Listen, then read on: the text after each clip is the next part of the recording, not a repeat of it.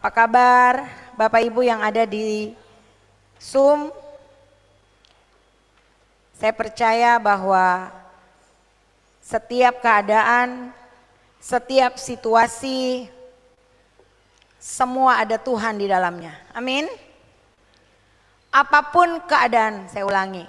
Setiap keadaan, setiap kondisi yang sedang kita alami saat ini, apapun itu, cerita sedih, cerita senang, cerita happy, cerita yang mellow, galau, gabut, whatever. Ya, ada Tuhan di sana. Siapa yang percaya ada Tuhan di sana? Amin. Yang percaya bilang amin. Angkat tangan, nanti yang di Zoom nggak lihat. Amin ya, Bapak Ibu yang ada di Zoom juga. Saya percaya bahwa Roma 8 ayat 28 itu mutlak terjadi dalam kehidupan orang percaya. Yaitu Allah turut bekerja dalam segala sesuatu untuk mendatangkan kebaikan bagi kita semua. Amin.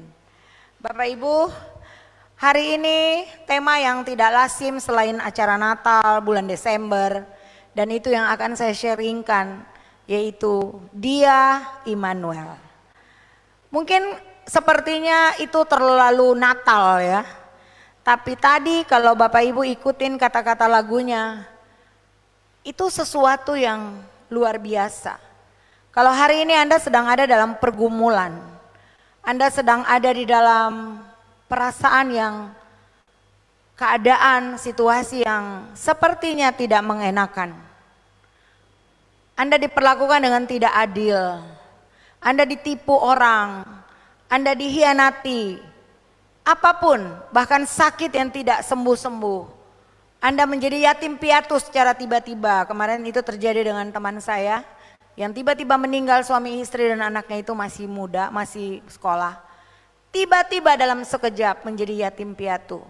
Apapun keadaan kita, satu kata yang saya mau bilang buat Bapak Ibu, Dia Immanuel. Dua kata ya, Dia dan Immanuel, tapi jadi satu karena Dia itu ya Immanuel itu sendiri. Amin. Dan kita tahu bahwa kata Immanuel itu pertama kali muncul di Perjanjian Baru. Kenapa sering dihubung-hubungkan dengan Natal? Karena itu cerita. Kata itu muncul di dalam cerita Natal, ya, di dalam Matius 1 ayat 23. Sesungguhnya anak darah itu akan mengandung dan melahirkan seorang anak laki-laki dan mereka menamakan dia Immanuel. Ini menceritakan waktu Yusuf berencana untuk meninggalkan Maria setelah dia tahu bahwa Maria hamil sementara dia belum menikah, dan malaikat Tuhan datang dan malaikat Tuhan memperingati dia, ya. Dan akhirnya kita tahu bahwa akhirnya Maria kemudian bersatu dengan Yusuf sampai Tuhan Yesus lahir. Nah, arti kata Immanuel itu dalam bahasa Ibrani dikatakan Immanuel, ada M1 ada M2 ya. Terdiri dari El yang artinya Tuhan dan Immanu yang artinya bersama kita, beserta kita atau dengan kita. Sehingga kalau dalam bahasa Yunaninya juga Emmanuel. Jadi artinya Allah beserta kita. Nah, mungkin kita hanya selama ini dengar Allah beserta kita. Mari kita masuk lebih dalam lagi pengertian beserta kita. Jadi kalau beserta kita, misalnya saya jalan dengan seseorang di sini dan dia menyertai kita, dia berjalan bersama kita. Itu bisa benar? Bisa benar dong, ya. Misalnya saya berjalan, ayo salah satu Abel sini, saya contohi lagi sama Abel aja. Ya, saya sedang berjalan dengan Abel. Hati-hati kamu jatuh, ya. Nih, apakah ini Immanuel? Apakah ini Immanuel? Jawab dong. Kan Allah beserta kita, berarti berjalan bersama? Sama. Oke, terima kasih. Tapi ternyata Immanuel itu bukan cuma segitu. Immanuel itu dia juga ada di dalam kita. Wow, katakan wow. Dia ada di dalam kita. Apa yang terjadi kalau dia ada di dalam kita? Kita bisa lakukan hal-hal yang powerful. Makanya dibilang ketika kita menjadi satu, apa saja yang kita minta, kita bisa menerima. Jadi Immanuel itu tidak hanya bicara tentang menyertai berjalan bersama, tapi juga dia ada di dalam kita. Amin. Bahkan bukan cuma berada di dalam kita, dia juga mampu menggerakkan kita. Makanya di dalam Matius 1 ayat 23 dikatakan bahwa dia akan dinamakan Immanuel. Tetapi di dalam Matius 28 ayat terakhirnya dibilang, kepadamu akan kuberikan segala kuasa di bumi dan di surga. Amin. Di situ ada fungsi dan peranan Immanuel juga. Jadi Bapak Ibu, adik-adik semua, jangan anggap biasa kata Immanuel.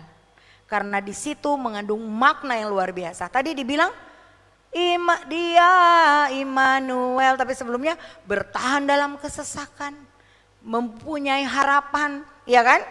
Dalam kesetiaan, itulah Immanuel.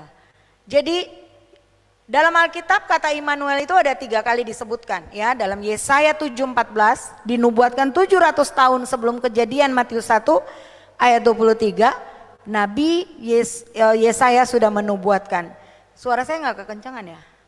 Yesaya 7 ayat 14. Kemudian ada juga di dalam Yesaya 8 ayat 8 dan Matius 1 ayat 23. Pada dasarnya Allah itu sangat ingin bersama-sama dengan kita. Percaya nggak? Saya kasih gambaran sedikit. Dulu Tuhan itu ciptain Adam. Betul? Dia buat Adam dengan tanah tangannya dari debu tanah. Lalu dia lihat tuh, nggak bagus kalau sendiri, saya kasih lagi temannya. Dan akhirnya adalah Hawa. Dikasih janji, kamu akan menjadi penguasa alam semesta ini.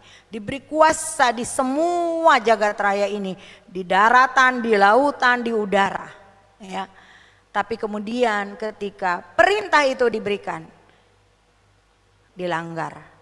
Pada saat itu terjadi yang namanya jurang pemisah antara yang berkuasa, yang suci, dan yang berdosa. Manusia sudah kehilangan kemuliaan Allah. Semua manusia berdosa. Allah tidak bisa mendekat karena Allah adalah kudus, Allah adalah suci. Karena itu manusia mulai buat yang namanya agama. Untuk apa? Supaya jembatan itu bisa terseberangi. Tapi berhasil nggak? Tidak berhasil. Akhirnya Yesus yang datang untuk menjadi jembatan antara surga dan bumi. Jadi kita tinggal bilang, Tuhan tolong saya. Bahkan waktu kejadian Matius 1 itu terjadi kata Immanuel itu sebuah bukti dari Yohanes 3 ayat 16. Karena begitu besar kasih Allah akan dunia ini sehingga ia mengaruniakan anaknya yang tunggal supaya setiap orang yang percaya kepadanya tidak binasa melainkan beroleh hidup yang kekal. Ini adalah bukti bahwa Immanuel, Allah mengasihi kita. Amin. Lalu perjalanan selanjutnya ternyata ada beberapa alasan sehingga Allah harus datang dalam, kita tahu ya ada banyak nama Allah. Yehova Jireh, Yehova Shaddai, Yehova El Shaddai, Yehova Rafa, ada banyak nama, Elohim, El Shaddai ya, dan Adonai. Tapi Immanuel juga sebuah kata, nama yang menjadi profesi Tuhan untuk secara profetik diungkapkan di dalam Matius sebagai ungkapan bahwa Allah itu mau menyertai kita semua. Tema ini saya dapat waktu kurang lebih 1-2 bulan yang lalu, saya lagi nyetir, tiba-tiba muncul kata ini. Lalu Tuhan mulai perlahan, mulai seperti saya diarahkan gini. Kamu merasa enggak kalau hidupmu itu ada aku? Coba kita renungkan sebentar, di hidupnya semua yang ada di sini, Bapak Ibu yang ada di Zoom. Ada Tuhan gak di sana? Kadang-kadang kita menjalani hidup ini, kita jalani aja. Kita ke kantor, kita ke sekolah, ya, yang masih sekolah-sekolah mungkin. Tapi tahu gak, lewat setiap peristiwa kalian hidup, ada Tuhan di dalamnya. Nah, karena saya itu akhir-akhir ini seperti Coba kamu lihat hidupmu. Dan saya selalu menemukan penyelamatan walaupun itu ukurannya mungkin kecil, tapi saya selalu merasa penyelamatan Tuhan. Hal-hal kecil, contoh, saya kayaknya udah pernah contohi ya. Contoh, misalnya laporan kue nggak ada. Saya bilang, George, tolong ambil uang mama di bawah. Sudah dikasih clue-nya di daerah sini, deretan sini, warna ini, segala macam. Datanglah dia, nggak ada. Saya sedikit emosional.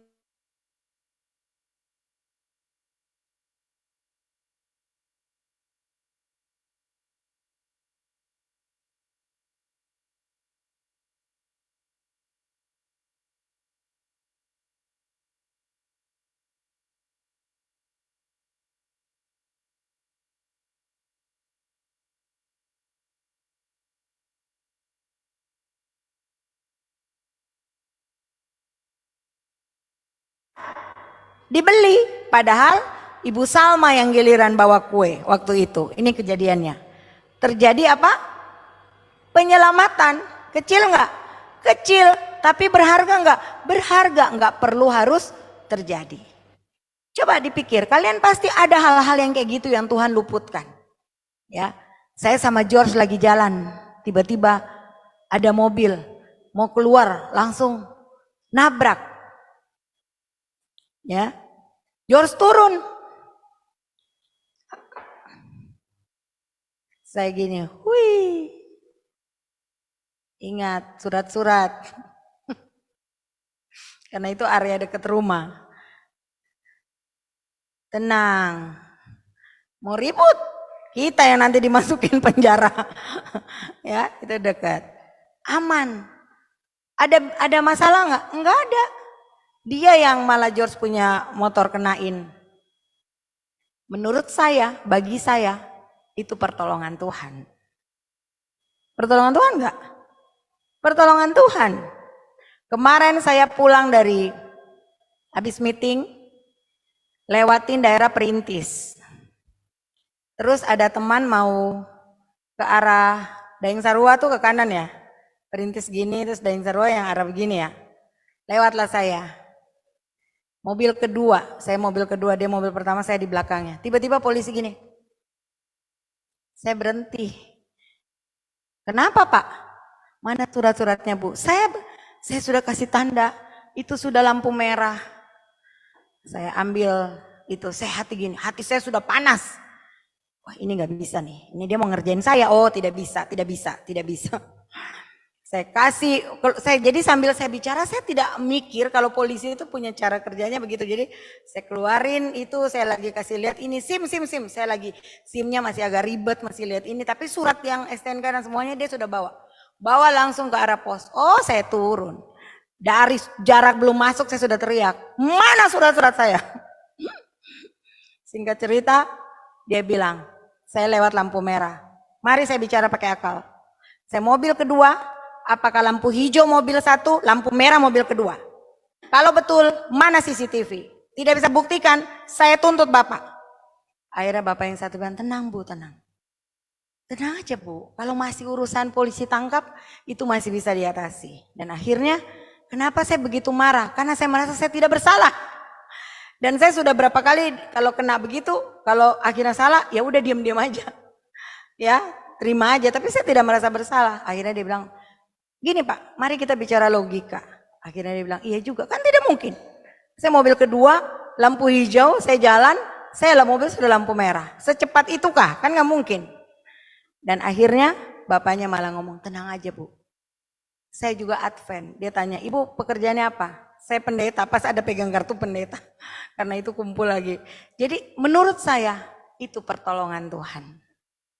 Seberapa Bapak Ibu, adik-adik di sini punya perjalanan hidup, ada Tuhan di dalamnya? Mungkin hal kecil, jalan tidak tabrakan. Mungkin hal kecil, ya. Itu hal-hal yang saat ini sehat. Tapi itu bukti bahwa Tuhan menyertai kita. Kenapa Tuhan harus kasih Allah Immanuel? Saya mendapatkan beberapa alasan. Yang pertama, Alasan pertama karena ia terlalu sayang saudara dan saya. Katakan Tuhan sayang saya. Ya, Tuhan sayang saya. Ya, Tuhan sayang kita. Seandainya kita tahu begitu banyak kuasa-kuasa kegelapan yang ada di sekitar kita. Bahkan kalau bisa dibilang setan berusaha untuk mencobai kita. Kita aja yang gak lihat. Karena ada pertolongan Tuhan yang terus. Saya berapa kali bawa kendaraan, saya tertidur.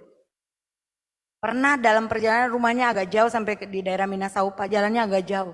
Itu betul-betul tidur, jalan sudah tidur. Terus tiba-tiba gini, ayo injak remnya, kayak ada suara gitu. Angkat kakinya, tekan remnya, itu tidur, saya sudah tidur. Begitu saya lihat gini, motor tinggal sekian senti lagi. Saya cuma bilang, wow, Tuhan saya tuh nyata loh. Amin. Saya pengen cerita begini, saya pengen kasih tahu ke Tuhan bahwa saya orang yang akan terus bersaksi tentang kebaikan Tuhan. Adik-adik, kesaksian hidup kita, mulut kita bersaksi, itu membuat surga geger.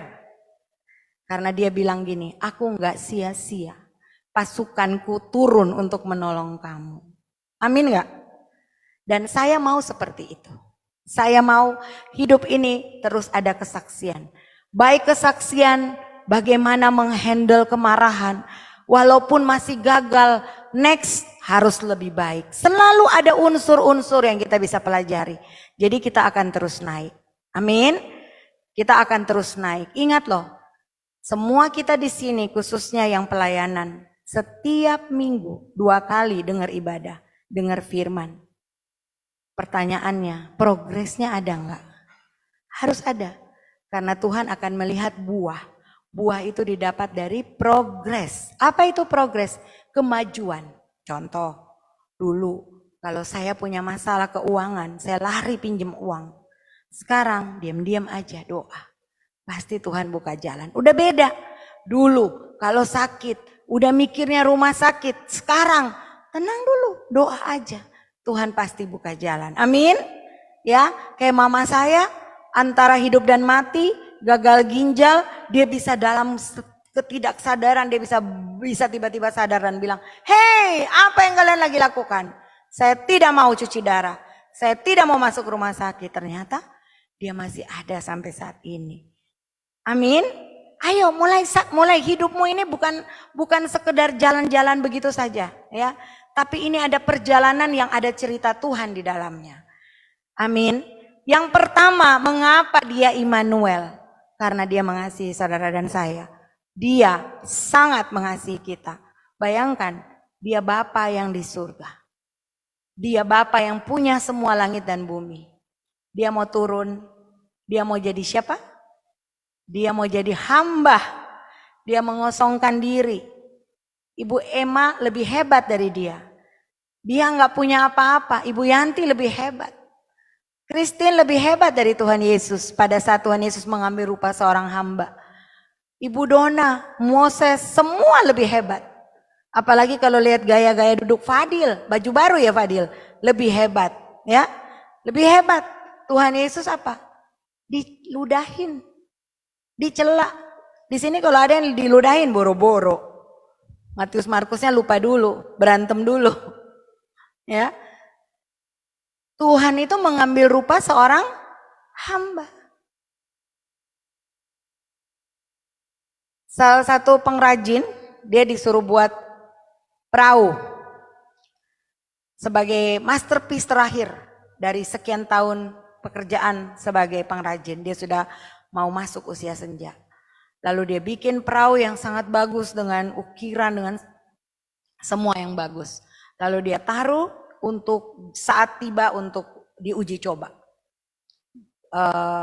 Perahunya ditaruh di seperti danau ya. Dia sambil lihat sambil jalan itu perahu.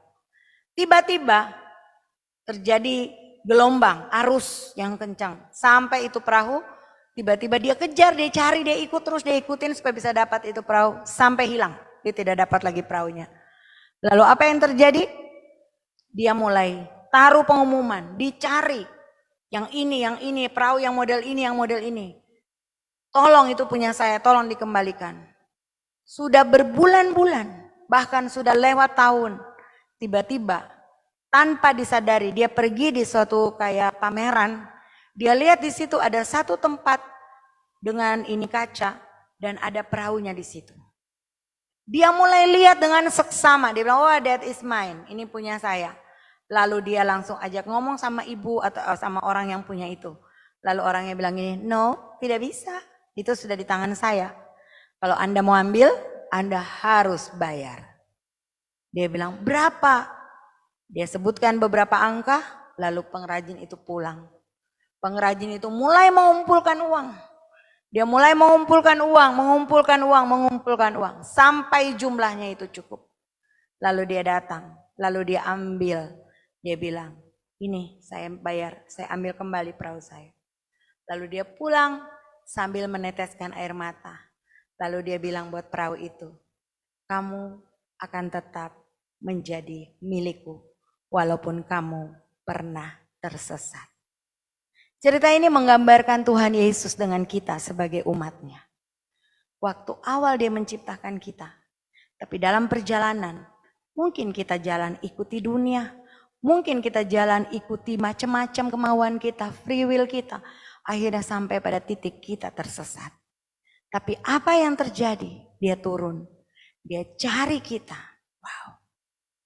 Dia tebus kita. Dia tidak lihat berapa harga yang dia harus bayar. Dia beli saya, dia beli kita semua di tempat ini. Dia bayar lunas. Dia ambil dari setan yang sudah menjajah kita. Dia ambil dari si kegelapan yang sudah merantai kita. Dia bebaskan kita. Amin. Wow, dia Tuhan. Dia Yesus, beri kemuliaan untuk dia. Dia luar biasa. Dia ambil kita. Dan dia bawa pulang dan dia bilang gini, kamu milikku. Siapa di sini mau jadi milik Yesus? Kamu milikku, sekalipun kamu pernah hilang. Tapi sekarang kamu sudah ditemukan. Allah Immanuel, karena dia sangat mengasihi kita. Alasan kedua, Allah Immanuel. Karena dia tahu bahwa kita tidak akan bisa hidup tanpa dia. Siapa di sini bisa hidup tanpa Tuhan? Pasti tidak ada yang bisa. Amin. Tidak akan ada. Nafas aja dari dia. Udara dari dia. Hidup dari dia. Semua fasilitas dari dia.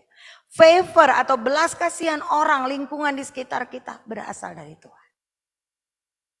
Ada di dalam Lukas kalau nggak salah. Bahwa kita ditempatkan di tengah-tengah serigala.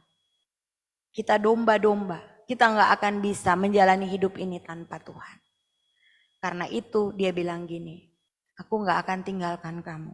Sekali-kali aku tidak akan meninggalkan kamu.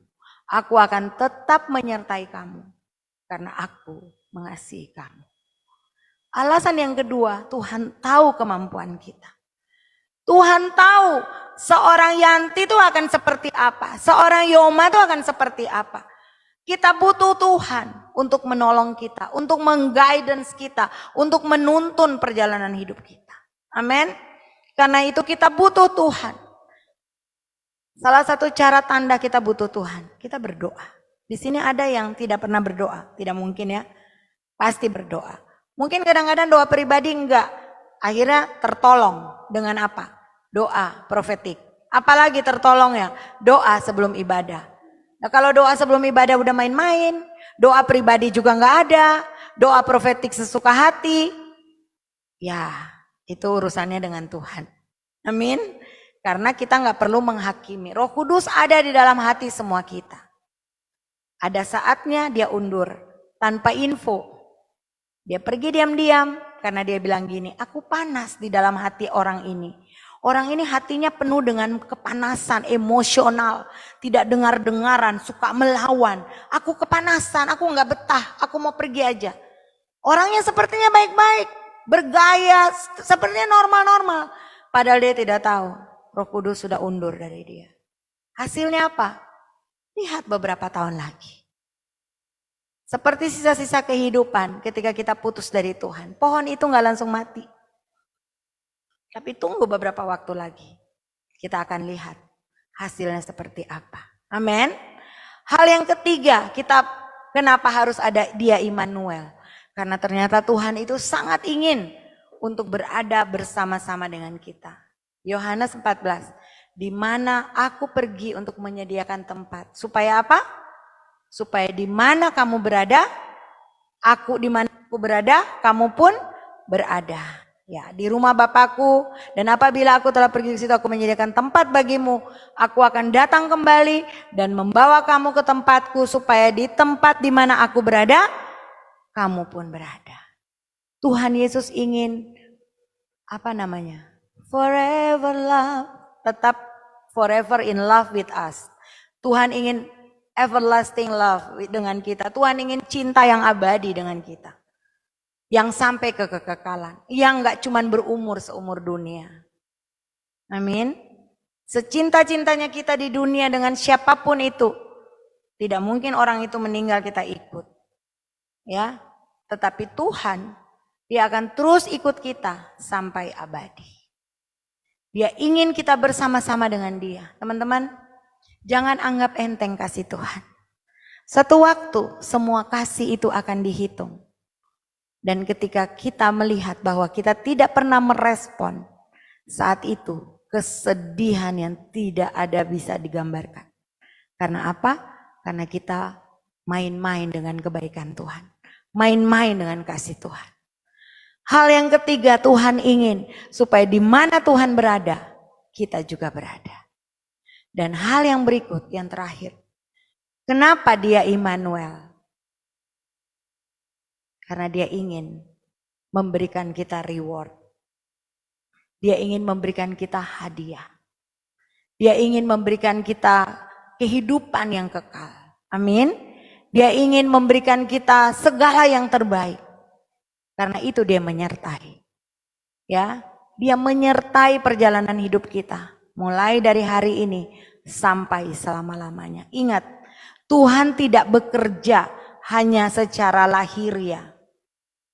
Ada pengertian secara lahiriah. Tapi Tuhan juga bergerak secara di dalam kita. Dunamos. Ya, Tuhan ada di dalam kita. Dia menyertai kita. Dan itulah yang akan membuat kita mampu untuk melakukan yang namanya Matius 28. Yaitu bisa dibuka Kakak Lydia. Kepadamu telah kuberikan segala kuasa di surga dan di bumi. Karena itu pergilah. Jadikanlah semua bangsa muridku. Baptislah mereka dalam nama Bapa dan Anak dan Roh Kudus. Dan ini kata Immanuelnya. Dan ketahuilah, aku menyertai kamu senantiasa sampai kepada akhir zaman. Amin. Immanuel. Dia menyertai kita. Dia memberikan kuasa. Dia memberikan kemampuan kita untuk melakukan apa yang Tuhan suruh. Apa akibat dari Immanuel? Saya sudah mau berakhir, dengerin ini. Apa akibat dari Immanuel? Akibatnya dia tahu ketika kita tidak mendengar firman. Akibatnya dia tahu, oh main-main kok. Oh gak dengeran kok, cerita kok, gak sungguh-sungguh kok, main HP kok. Nah, dia tahu. Karena dia menyertai. Dia tidak cuma menyertai karena dia lihat kita lakukan yang baik. Dia menyertai ketika dia lihat kita melakukan dosa. Apa yang dia lakukan? Sedih. Sedih. Seandainya bisa dia tonjok. Tapi bukan caranya gitu. Dia diam. Dia sedih. Anda tahu adik-adik, Bapak Ibu? Waktu kita menghadapi yang namanya pengadilan, kita berdiri satu-satu. Malaikat buka kitab kehidupan. Saya sering banget bicara ini.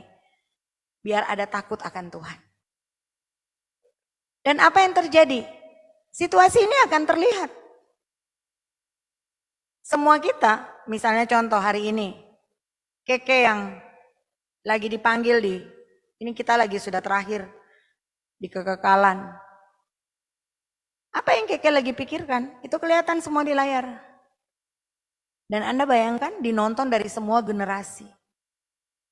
Malunya tuh nggak bilang-bilang deh. Malunya tuh nggak ketulungan. Hah? Oh ternyata dia dulu begitu waktu lagi ibadah. Karena kelihatan semua. Nggak ada yang bisa tutup-tutupi. Kan kita semua hadir. Begitu juga dengan saya kalau ada hal-hal yang ini. Oh ternyata dia begitu. Dia Immanuel tidak hanya bicara tentang penyertaannya untuk melakukan hal-hal yang luar biasa. Tapi kehadirannya ketika kita menjalani hidup ini. Waktu kita berdosa, waktu kita menipu, waktu kita berbohong, menipu sama berbohong sama ya. Waktu kita bersalah, waktu kita menyakiti orang, waktu kita merancangkan pembunuhan, kekejian, fitnah, berbagai macam hal-hal yang buruk. Dia cuma bilang gini, wow, hati-hati. Karena dia menyertai. Apa yang harus kita lakukan? Respon dengan benar. Kalau tadi pagi Ibu Leni bilang, hari ini adalah this is my best day. Hari ini adalah hari terbaik saya. Karena kita nggak pernah tahu besok apakah masih ada hari lagi. Apakah besok masih ada kesempatan lagi. Tapi kalau hari ini, adik-adik di sini, Bapak Ibu yang ada di sana, kita bicara tentang dia Immanuel. Ini ada sebuah kabar baik, kabar gembira buat kita semua. Bahwa kita tidak menjalani hidup ini seorang diri. Kita menjalaninya bersama Sang Bapa yang abadi. Papa saya sudah nggak ada, dia nggak bisa menyertai saya. Mama saya ada, tapi dia nggak bisa lagi jalan dengan saya. Anak-anak saya ada, tapi ada saatnya saat ini mereka semua juga tidak ada. Walaupun bisa bareng satu kota, dia bisa di utara, saya bisa di selatan. Tapi yang tidak pernah meninggalkan kita, siapa dia? Dia Immanuel. Mari mulai aktifkan, tim musik bisa maju ke depan. Mari mulai aktifkan yang namanya Immanuel ini. Kalau selama ini kita aktifkan Jehovah Jireh, Allah Maha Besar, tidak ada yang salah. Tapi pengertian ketika dia datang ke bumi seperti Teng Immanuel, maka sampai akhir dia akan terus Immanuel. Dia akan terus menyertai perjalanan kita sehingga kita akan menjadi orang-orang yang dikuatkan. Siapapun kita, apapun keadaan kita saat ini, Bapak Ibu yang ada di Zoom, apapun keadaan Bapak Ibu saat ini, percayalah bahwa keberadaannya sebagai Immanuel yang akan memampukan kita untuk menjalani hidup ini. Sehingga kita punya harapan dan harapan yang tidak pernah berakhir. Karena Yesus kita tidak pernah meninggalkan kita. Kita nyanyi yang tadi lagi, refnya aja.